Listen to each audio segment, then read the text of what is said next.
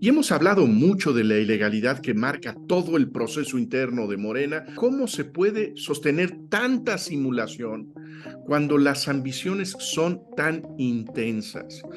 Lo que se está jugando en esta disque contienda interna es ni más ni menos que la presidencia de la República, o por lo menos la alta probabilidad de ocupar la presidencia y de suceder a Andrés Manuel López Obrador. Es muy importante.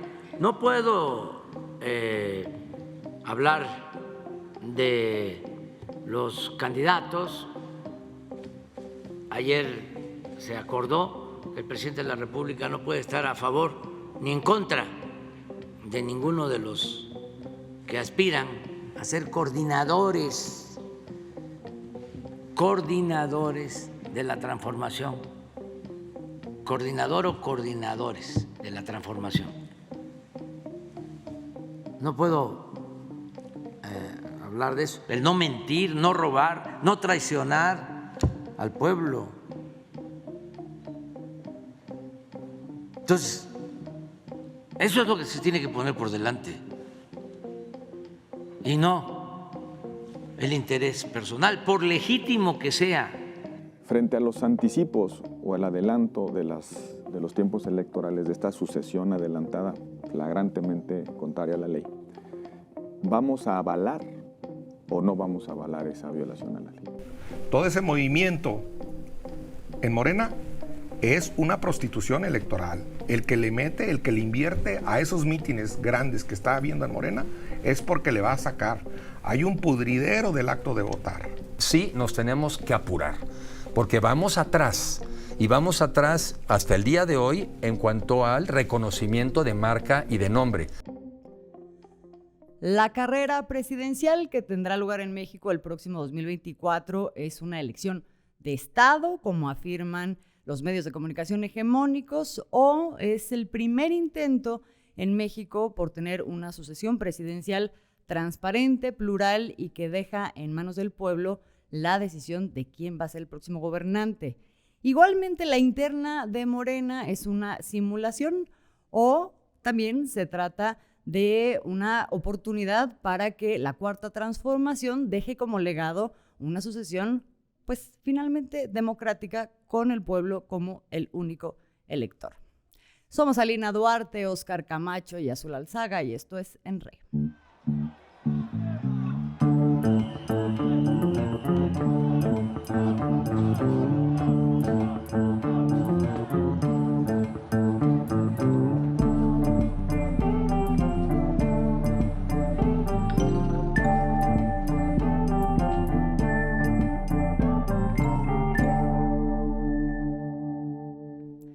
El pasado 11 de junio, el Partido Regeneración Nacional, Morena, que fue fundado por el hoy presidente Andrés Manuel López Obrador, reunió a sus 300 consejeros y consejeras nacionales para anunciar las reglas por las cuales se definirá a quienes han calificado como el coordinador o la coordinadora de los esfuerzos de la defensa de la Cuarta Transformación. Eventualmente, quien sea electo para este cargo, pues se convertirá en el próximo candidato o candidata a la presidencia, y con esto pues se propone que dé continuidad al proyecto de la Cuarta Transformación. Estas reglas que se definieron ponen en el centro de atención dos cosas. Por un lado, que sea la población la que elija el cargo en lugar de las cúpulas, como históricamente se ha hecho en los partidos políticos, y por otro lado, que se garantice la unidad al interior del movimiento. El presidente, de esta manera, a diferencia de otros tiempos, no tendrá la definición sobre quién lo sucederá. Sin embargo, en este caso, pues sí ha tenido un papel clave en todas estas definiciones. Ilumínanos, Óscar, sobre cuál es este papel que ha tenido el presidente.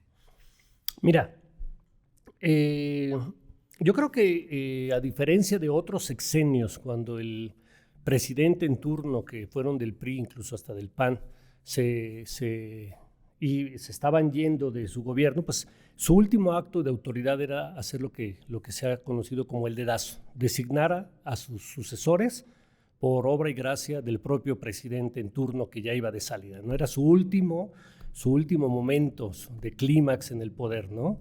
Eran lo que llamó Luis Espota la última palabra, ¿no?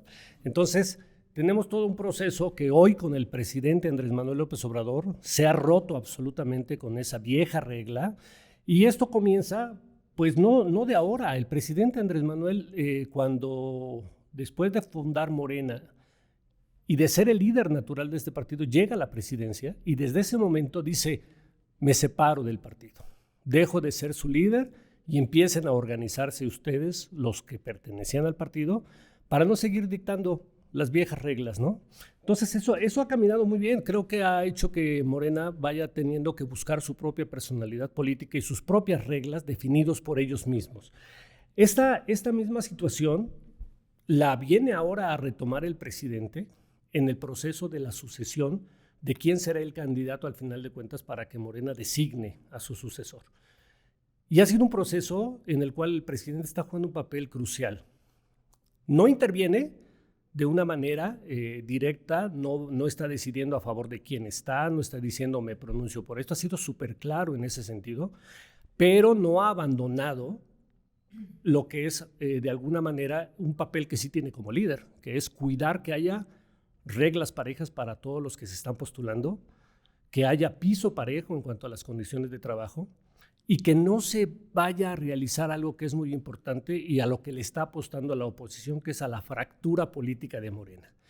Y bueno, creo que una parte importante de este proceso ha sido la forma en la que el presidente tuvo también para empezar a dictar que vaya todo en una unidad importante, ¿no?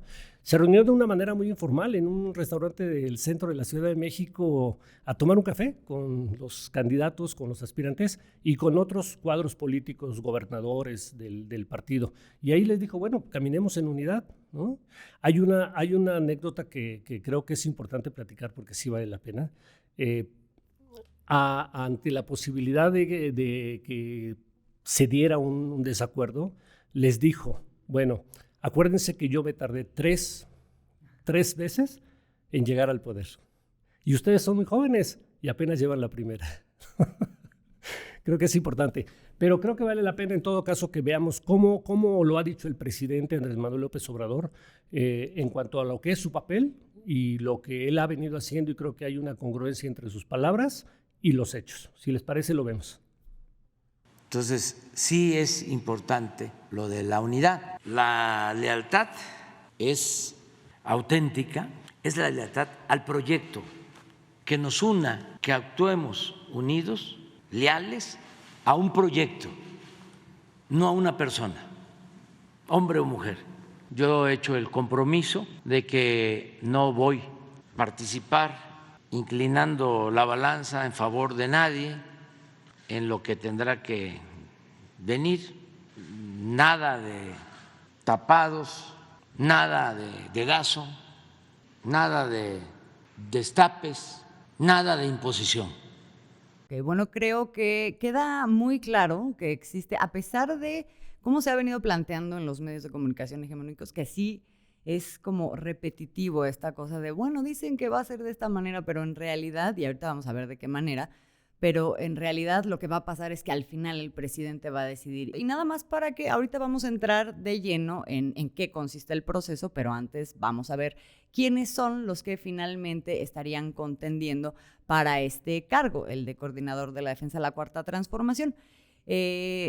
Hay quienes están históricamente con el movimiento, que forman parte de Morena, con distintos perfiles, y ahí también se incluyeron dos que no forman parte de Morena, uno del Partido del Trabajo, otro del Verde Ecologista, que son aliados, son partidos aliados, y estos van a quedar dentro de esta, digamos, terna, ¿no? En la que va a decidir la gente. ¿Quiénes son? Bueno, en primer lugar está la ex jefa de gobierno de la Ciudad de México, Claudia Sheinbaum, el ex canciller Marcelo Ebrard, Adán Augusto López, que es el exsecretario de Gobernación, Ricardo Monreal, senador y el que conduce la bancada de Morena en el Senado, Y por otro lado está Gerardo Fernández Noroña como representante del Partido del Trabajo, que también es legislador, y Manuel Velasco por parte del Partido Verde. Vamos, si quieren, a escuchar más o menos para que tengamos el panorama completo quién es cada uno de estos personajes.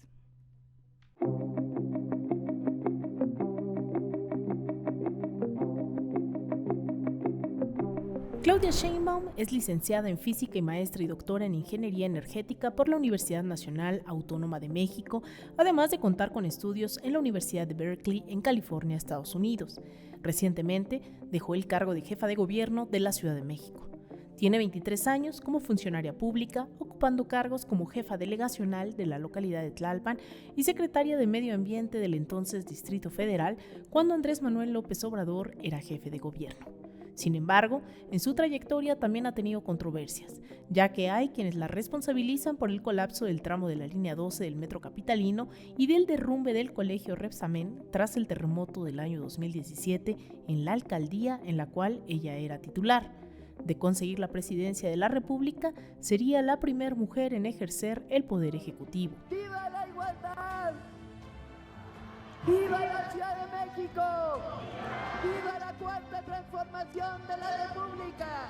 Marcelo Ebrard Casaubon tiene 2 maestrías en Administración y Políticas Públicas. Su ingreso en la política sucedió hace 35 años como secretario general del Partido Revolucionario Institucional en el entonces Distrito Federal. También fue diputado federal por parte del Partido Verde Ecologista de México y militó en el extinto Partido de Centro Democrático. Fue jefe de gobierno de la Ciudad de México por el Partido de la Revolución Democrática y su último cargo fue el de secretario de Relaciones Exteriores del actual gobierno de Andrés Manuel López Obrador. En su contra, destaca la investigación por parte de la Unidad de Inteligencia Financiera y la Procuraduría General de la República por señalamientos hacia familiares cercanos por una supuesta relación con el llamado cártel inmobiliario de la Ciudad de México. Además, se le señala como presunto responsable de la trama de corrupción en la construcción de la línea 12 del metro capitalino. José Gerardo Fernández Noroña es licenciado en Sociología por la Universidad Autónoma Metropolitana. Sus inicios en la política mexicana se registran en 1988 cuando fue candidato externo a diputado federal por el Partido Mexicano Socialista. Posteriormente fue miembro fundador del Partido de la Revolución Democrática, al cual renunció en 2008 para sumarse a las filas del Partido del Trabajo. Desde el año 2009 es diputado federal por el Partido del Trabajo en el Congreso de la Unión. Noroña ha sido criticado por sus formas, a veces un tanto provocadoras y controversiales. Muchos creen que su carácter, principal fortaleza, también puede ser su mayor defecto. ¡Un aplauso! ¡Los aplausos no cuestan! Noroña, te llevas nuestro corazón en la mano. Respecto a Adán Augusto López, este cuenta con una maestría en Ciencias Políticas por la Universidad de París. Formalmente, su carrera política inició hace 23 años en el Partido Revolucionario Institucional. En el 2000 se desempeñó como coordinador de campaña del priista Manuel Andrade, quien aspiraba a la gubernatura de Tabasco. Los comicios fueron anulados tras acusaciones de fraude electoral por parte del tricolor, ante lo cual Adán Augusto renuncia al partido para sumarse a las filas del Partido de la Revolución Democrática. Fue diputado en la 58 legislatura tabasqueña y diputado federal en la 61 legislatura. En 2019 obtuvo la gubernatura en el estado de Tabasco y en 2021 fue designado como titular de la Secretaría de Gobernación. Y por no dejarlo pasar, no es primo del presidente López Obrador. Ricardo Monreal también tuvo sus inicios en el Partido Revolucionario Institucional en 1975. Fue gobernador de Zacatecas por el Partido de la Revolución Democrática y posteriormente desde el Partido del Trabajo. Estuvo en 2012 como coordinador de la campaña presidencial de Andrés Manuel López Obrador, fue senador de la República y presidente de la Junta de Coordinación Política. Sin embargo, Monreal ha sido llamado por los medios el opositor más eficaz del presidente López Obrador, ya que en varias ocasiones las decisiones que ha tomado ponen en duda dónde se encuentra su verdadera lealtad. Un ejemplo fue cuando se abstuvo de votar la aprobación de la iniciativa impulsada por el presidente López Obrador, por la que la Secretaría de Defensa Nacional se haría cargo del control operativo y administrativo de la Guardia Nacional. El presidente López Obrador dijo entonces que con ello Monreal estaba avalando la falsedad, la hipocresía y la politiquería del conservadurismo. Manuel Velasco Coelho fue gobernador del estado de Chiapas por el Partido Verde desde 2012 hasta 2018. Ha ocupado cargos como diputado local, diputado federal y senador de la República en la misma entidad. Es nieto del ex gobernador de Chiapas, Manuel Velasco Suárez. En 2015 contrajo matrimonio con la actriz y cantante Anaí Puente. Diversos medios han hecho hincapié en su inexperiencia política y en la poca atención prestada a los problemas sociales en su estado, uno de los más pobres del país, en contraste con los excesivos gastos en campaña de imagen personal o cuestionadas actividades de fomento de turismo hacia su estado. Ahí veíamos, hay distintos perfiles, hay distintas trayectorias dentro y fuera del movimiento de Morena y de la Cuarta Transformación en sí misma. Se han convertido estos 6 en posibles, en potenciales coordinadores y luego candidato presidencial o candidata presidencial.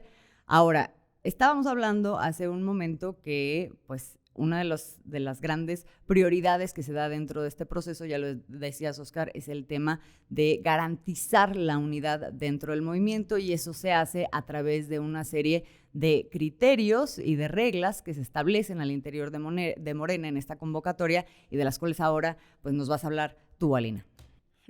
Pues mira, es muy interesante, la verdad es que como pocas veces uno está al pendiente de las decisiones de un partido político, ¿no? Y más después de los partidos en este país. Y ahora lo que vemos es que nos tenían ahí hace unos días, unas semanas, al borde, ¿no? Del pendiente de lo que ocurría a lo interno de Morena. Se convoca a un Consejo Nacional, los 300 miembros de Morena, de este Consejo Nacional, se dan cita para establecer las medidas que han de seguir. En esto el partido es muy claro, dice que van a invitar a 4 personas que cumplan con el perfil por parte del Partido de Movimiento Regeneración Nacional, que ya sabemos, ya los mencionaba Azul, ya veíamos la cápsula, que es Claudia Sheinbaum, Marcelo Ebrard, Adán Augusto López y Ricardo Monreal. Pero también dice que pueden ser 2 invitados más por parte de la coalición, que era Juntos Haremos Historia, que ahora es Juntos Hacemos Historia. Y ya vemos también, sería el Partido del Trabajo, el Partido Verde, quienes postularían a sus candidatos. La fecha de registro ya culminó, ahora estamos en la fase de los recorridos de trabajo. Hay un periodo que registran en esta convocatoria del 19 de junio al 27 de agosto. Son muy claros en esta convocatoria.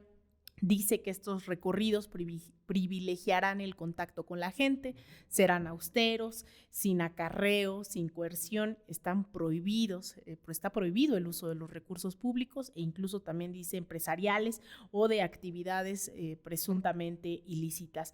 Después ya en esta fase que ya será a finales de agosto, del 28 de agosto al 3 de septiembre, la comisión de encuestas que se conformará realizará lo propio con los representantes de los aspirantes. No deben estos aspirantes ni siquiera intentar, sea personal o a través de terceros, tener contacto con esta Comisión Nacional de Encuestas, y del 4 al 6 de septiembre la comisión procesará la información e integrará el resultado. ¿Cómo será esta encuesta? Bueno, esta comisión propiamente se auxiliará de 4 encuestadoras externas que serán propuestas también por los mismos candidatos, la candidata. Cada aspirante podrá proponer a 2 casas encuestadoras que además ponen el candado. Sus resultados de estas encuestadoras en tiempos, digamos, cercanos, en momentos anteriores, en otras elecciones, tienen que corresponder, no es como que hayan dicho el PRI va a ganar el Estado de México y de repente eso no ocurre, ¿no? Entonces ponen el candado de que tendrán que ser cercanos los resultados en eventos anteriores para decir que, son fidedignas estas casas encuestadoras, y escogerán por sorteo a las 4 firmas de encuestadoras que auxiliarán a esta comisión. Y el 6 de septiembre saldrá humo blanco, ¿no? Habemos candidato, candidata de Morena, el Consejo Nacional darán a conocer los resultados. En esta convocatoria que lanzan son 10 páginas en donde establecen todos estos requisitos. Han pedido, como ya lo hemos visto, que los coordinadores, quienes aspiran al cargo de coordinador o coordinadora de la defensa de la Cuarta Transformación, deje su cargo.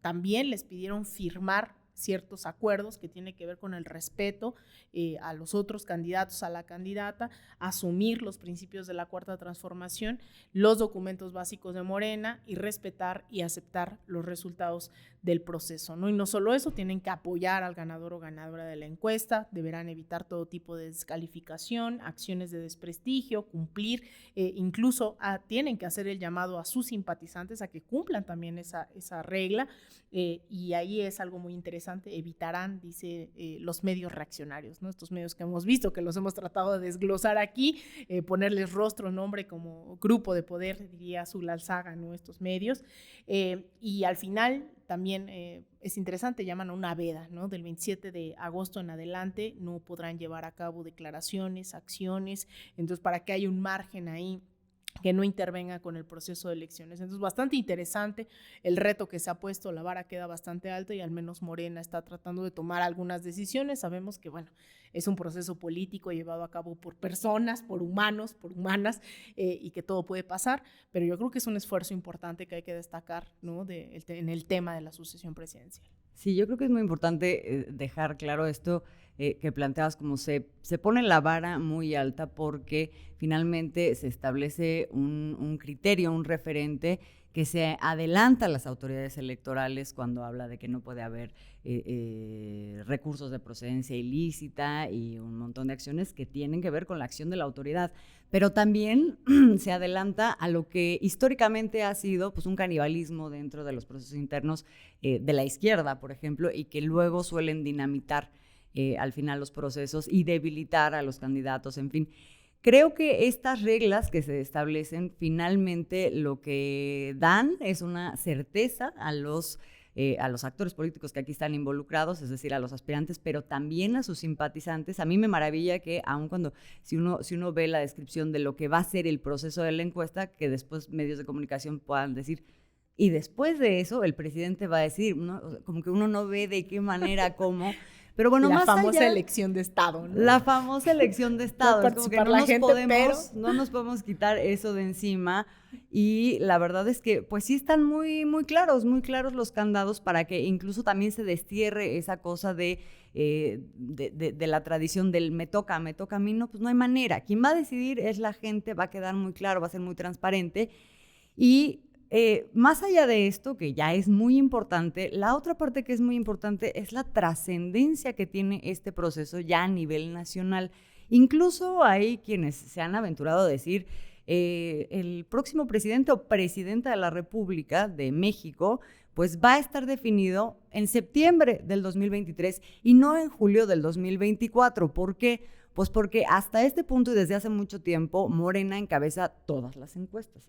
Entonces, creo que eso también es importante tenerlo en cuenta y ahorita vamos a hablar de la oposición y qué papel está jugando en todo este escenario de la sucesión, pero antes, pues escuchemos a Rafael Barajas, el Fisgón, que es alguien que ha estado muy cercano de todo este proceso y le da dimensión a su trascendencia. Entonces, estamos peleando con muchísimas cosas, estamos tratando de enfrentar una cultura muy arraigada, usos y costumbres políticos muy arraigados y al mismo tiempo queremos construir una cultura democrática distinta. Y por eso López Obrador lo que ha planteado es efectivamente una ruta que a mí me parece que resuelve muchos de estos problemas, porque es una ruta en la cual sí se plantea, por lo menos que la gente diga qué es lo que piensa. Entonces, es una ruta que implica encuestas, que implica una suerte de contienda interna dentro del Movimiento de Regeneración Nacional y que es una consulta en la cual no es el presidente el que decide, sino que el presidente pone en manos de la gente la decisión de la sucesión. Y fíjate, en la cultura presidencialista mexicana, López Obrador podría decir con toda tranquilidad el bueno o la buena es fulano o sutana, y nadie le diría nada. Tiene esa autoridad moral, tiene esa autoridad política y dudo mucho que alguien se lo reclame. Y sin embargo busca esta ruta porque me parece que forma parte de, de un proceso de transformación democrática profunda y que sí busca sacar a los procesos de sucesores y de selección de candidatos en general de lo que son las pullas personales, la lucha por la ambición propia, en fin.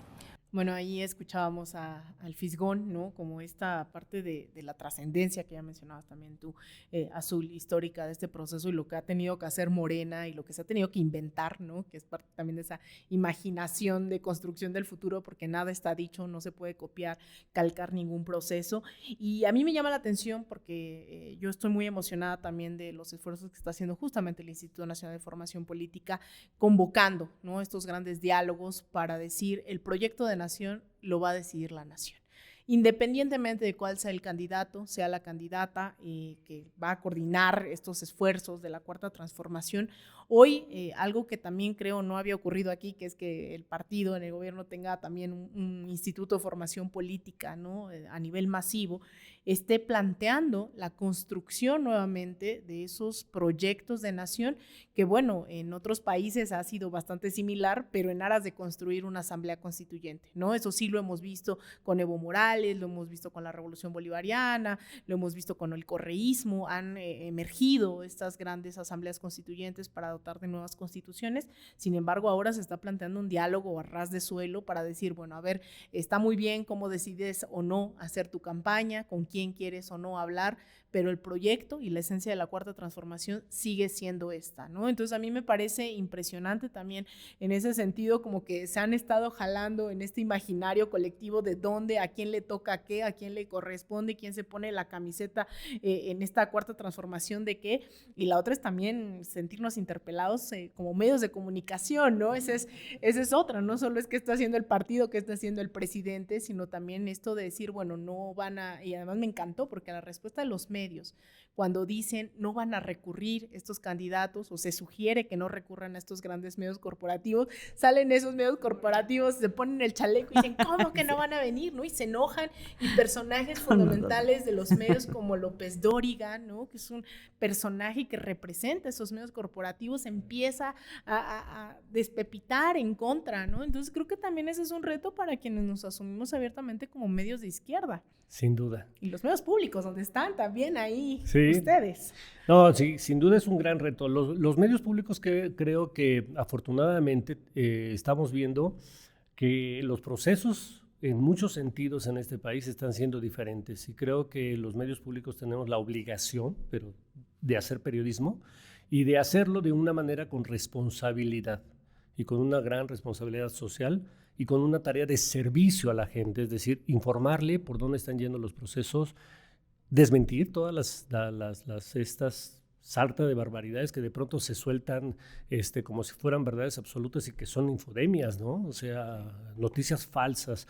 Y lo hemos visto, está apenas comenzando el proceso donde Morena va a elegir a su coordinador de la defensa, y ya hemos visto cómo los medios comerciales, por ejemplo, han empezado desde ahorita a tener 3 actitudes que se me hacen básicas. La primera es descalificar el proceso de la manera que quieran, o sea, por la razón que quieran, pero con mentiras. La segunda es que cuando no pueden descalificarlo el día que no lo pueden hacer, se burlan, salen con burlas abiertas que no tienen ningún sustento, ¿no?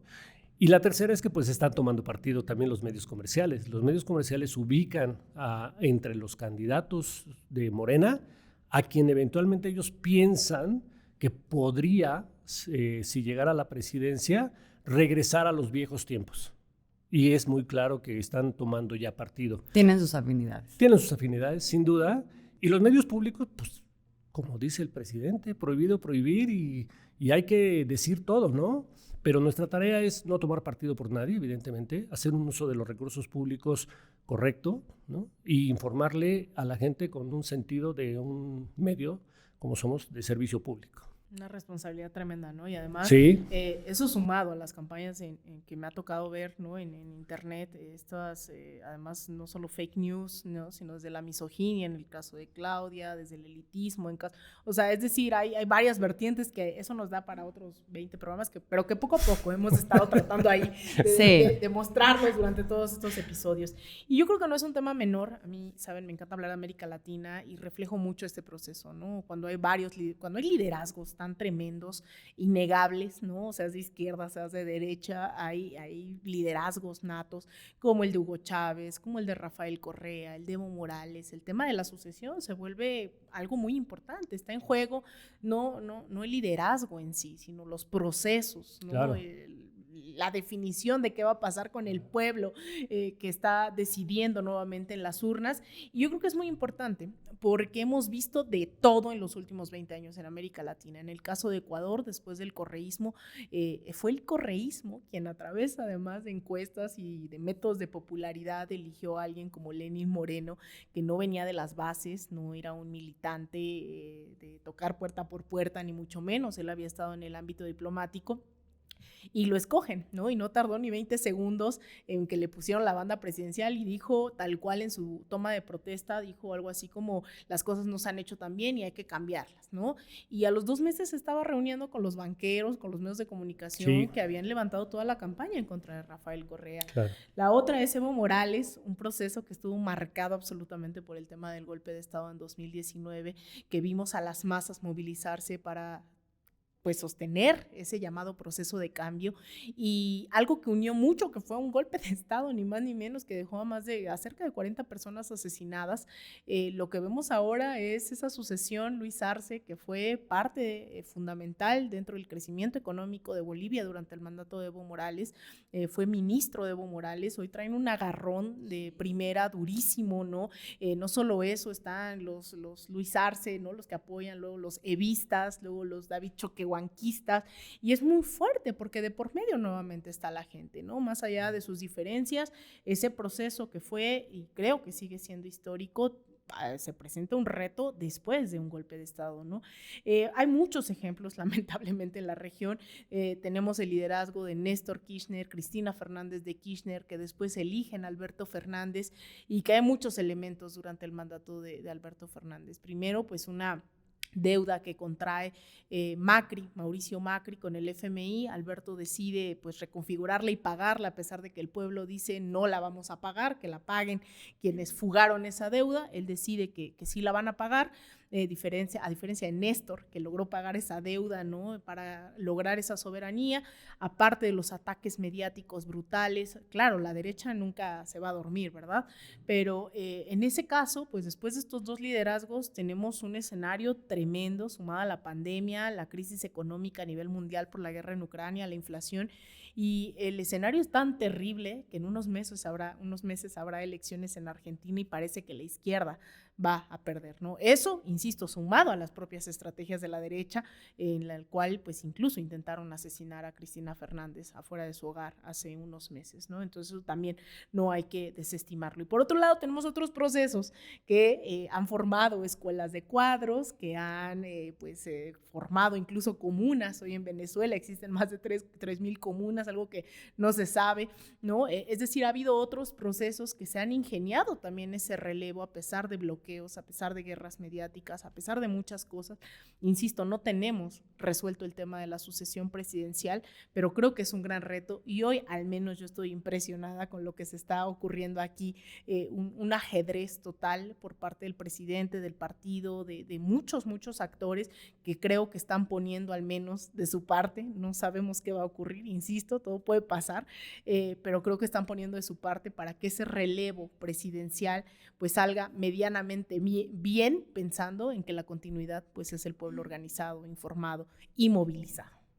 Sí, va a depender de muchas cosas, irremediablemente va a depender de la capacidad de mantener esta sucesión y todo este proceso en contacto con la población, y donde sí haya la capacidad de que sea la población la que se apropie del proceso. En la medida en que eso suceda, creo que tenemos un buen horizonte, porque lo otro, como ya mencionabas en todos tus ejemplos, es que al acecho siempre está una derecha que está esperando por regresar, por tomar sus fueros, por tomar sus privilegios nuevamente de una manera o de otra, que en este momento en México no se ve de manera clara, porque lo que vemos es una oposición francamente rota, sin proyecto, ni siquiera con capacidad de articulación, porque como no tienen desde dónde agarrarse, es decir, no hay un personaje, no hay un proyecto que entusiasme a nadie, si uno ve las encuestas y también si uno ve los discursos, y a pesar de eso, nada más le voy a mostrar cómo, pues es que, ¿por qué no pueden decir otra cosa? Porque se me haría muy raro que ellos salieran a decir, no, pues o sea, ya no hay nada que hacer. Hay quienes dicen, la oposición va, la oposición está de frente, como por ejemplo Enrique de la Madrid, uno de los aspirantes de oposición para contender junto con el PRI. Hay que recordar quién es el hijo de Miguel de la Madrid, que fue el presidente que abonó el terreno para el régimen neoliberal, que después fue brutal cada vez más. Pero bueno, vamos a escuchar lo que dice él sobre la situación de la oposición en este momento. Sí, Enrique de la Madrid, precandidato de la oposición. Bueno, no sé de qué oposición, sí, porque la pinche oposición no existe. Claro que existe, Joaquín. Bueno, no existe estructuras partidistas de oposición. No, sí existen, y además yo lo digo con cariño y con respeto, pero... ¿Será un descubrimiento? No, es que nos hacen mucho daño cuando dicen dos cosas. ¿Qué? Cuando dicen no hay oposición, y luego antes también decían no hay candidatos. Y sí habemos oposición, y como yo digo, la oposición somos todos los que queremos cambiar este país. ¿Dónde estuvo la oposición en el Estado de México? Bueno, pues no la alcanzó. Bueno, eso dice Enrique de la Madrid, pero más allá de lo que diga, sí, vemos que está esta oposición pues francamente fragmentada, perdida, un poco desbrujulada. Y no nada más se trata de impresiones, no nada más se trata de las encuestas. Hay una falta, en realidad, de sustancia de esta oposición, y creo que vale la pena poner el dedo ahí. ¿Cuál es el papel que está jugando en este momento, en este proceso que se está dando en el país, más allá de Morena, por supuesto, la oposición que tenemos en México, Óscar? Pues sí, yo digo que es de espectador, creo que le estoy haciendo un favor, ¿no? Incluso, porque ni siquiera está jugando de espectador. O sea, de pronto el espectador pues tiene la posibilidad a veces hasta de intervenir, ¿no? Pero aquí nada, o sea, está la oposición totalmente desarticulada. Le están apostando la oposición, yo creo, al surgimiento de algunos pequeños líderes carismáticos que logren de pronto posicionarse al viejo estilo caudillista, ¿no? Creo que ante la falta de un proyecto nacional que le haga contrapeso y sea verdaderamente una opción frente a Morena, lo que está haciendo la oposición es buscar como una figura carismática que pueda de pronto levantar un poquito. Yo creo que están muy claros que no la van a ganar, pero creo que quieren mantener un poco cierto nivel de votación para ganar el Congreso. Creo que esa parte le están apostando. Y luego, porque los que integran la oposición en México, que están aliados en esto de este grupo que se llama Va por México, tienen muchos conflictos, porque ahí está el PRI, el viejo partido tradicional, que no sabe qué hacer, pero que no le quiere dejar al final de cuentas al PAN la candidatura. Está el PAN, que cree que pues a ellos les toca, porque pues ya en las pasadas elecciones estatales de este país, de Coahuila y del Estado de México, le dieron el Estado de México al PRI. Entonces, en teoría, ahora ellos tendrían el derecho a designar al candidato presidencial, pero pues los priistas no quieren, ¿no? Y está el PRD, que no significa nada, ya prácticamente ese viejo partido que fue tan importante en la década de los 80s para y 90s. La izquierda. Para la izquierda, exactamente, pues ya no significa nada, ¿no? Entonces, a mí me parece que ante esa falta de proyecto, ante esa división, diría yo, de intereses de cada uno de los partidos, y ante pues las, llamámosle así, ambiciones políticas de cada personaje, hay 52 que se han manifestado públicamente diciendo, yo sí quiero, 52. Pero de esos 52 ahorita, si todos compitieran, creo que no alcanzarían ni el 3% de una votación, ¿no? Entonces, le apuestan a una figura carismática, nada más. ¿Tú crees? Yo, fíjate que lo que veo un poco es que ya hay una especie de claudicación, cuando lo que vemos en los últimos días es más bien esta apuesta por entrarle por la vía judicial o por la vía de la autoridad la cancelación de los personajes, de los candidatos de Morena o de los aspirantes de Morena, ¿no? O sea, ya desde ahorita están hablando de este ejercicio que se está haciendo territorial por parte de los aspirantes es ilegal y no sería la primera vez que viéramos que se intente que quienes están adelante en las preferencias de la población, un caso muy concreto, el hoy presidente López Obrador en su momento, pues quieran ser bajados a la mano. Pues mira, yo creo que a mí lo que me preocupa esto que menciona, ya lo veíamos, ¿no? En este rastreo de lo que están haciendo los medios de comunicación, que en realidad son esos voceros, ¿no? De esta sí, no oposición. Los medios de comunicación están muy enojados, ¿no? O sea, estos muy personajes como Loret de Mola, sí, como López Dóriga, entrevistan como si los entrevistáramos nosotros, pues, ¿no? O sea, es una entrevista, preguntas fuertes, no les están apapachando, lo vimos en el Estado de México, lo vimos, o sea, contra Alejandra del Moral. Los medios, los voceros de los verdaderos grupos empresariales están muy molestos, ¿no? Y les reclaman, les recriminan que no están a la altura, que no tienen proyecto, que están divididos, entonces les exigen radicalizarse, les exigen tomar postura, que saquen ya su candidato, ¿no? Los ningunean. Eso es lo que hemos estado viendo, ¿no? Unos medios desesperados totalmente porque no encuentran de dónde aferrarse.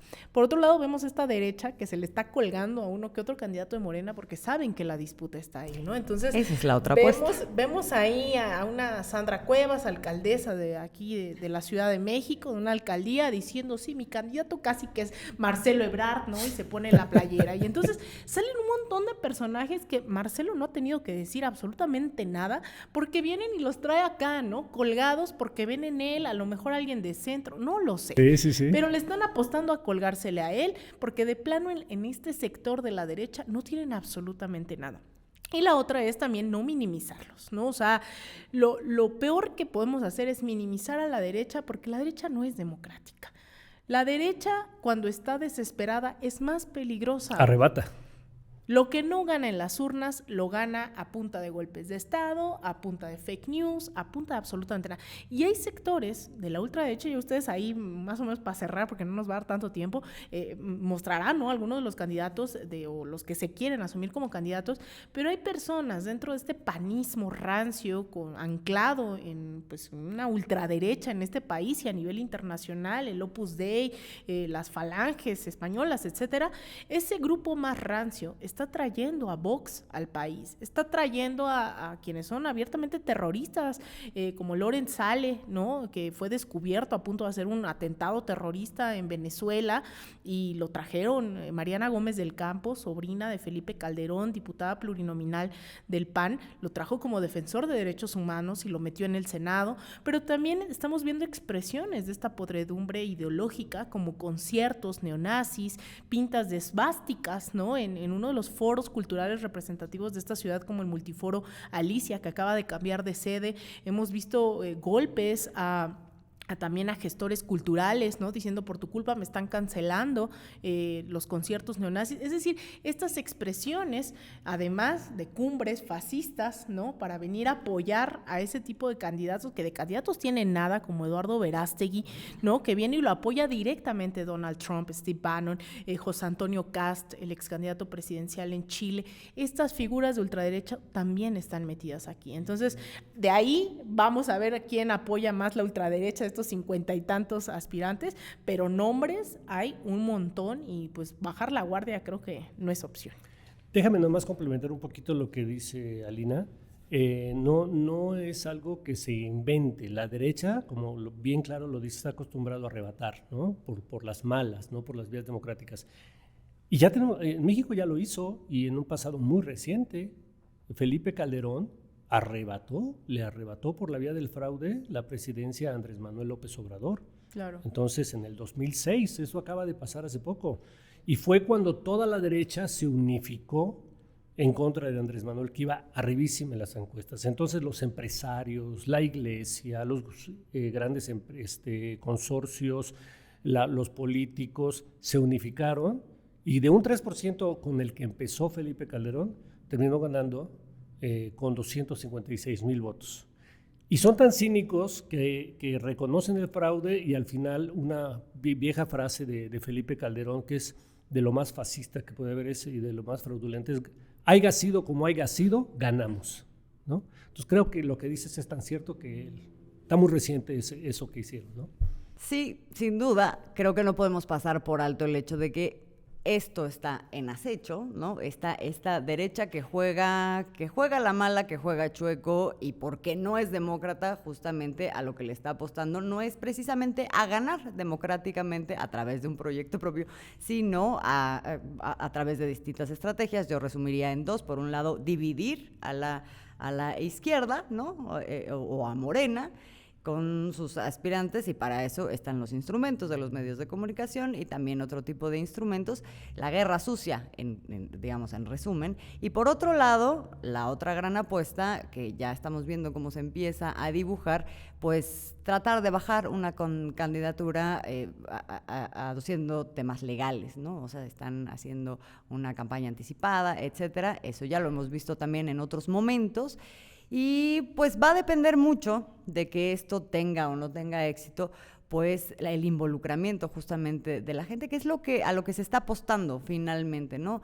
Un momento que es otro momento de este México con una población altamente alfabetizada políticamente. Entonces, si esto y los propios integrantes de esta coalición de izquierda pues también corresponden con lo que la gente ha venido exigiendo, bueno, pues estaremos viendo seguramente un horizonte positivo, un punto de inflexión en la historia política de nuestro país. Pero ya estaremos hablando de esto, también de otras cosas. Se nos acaba el tiempo. Muchísimas gracias, Oscar. Gracias, Alina. Muchas gracias a usted por acompañarnos siempre. Nos vemos a la próxima. Esto es En Re.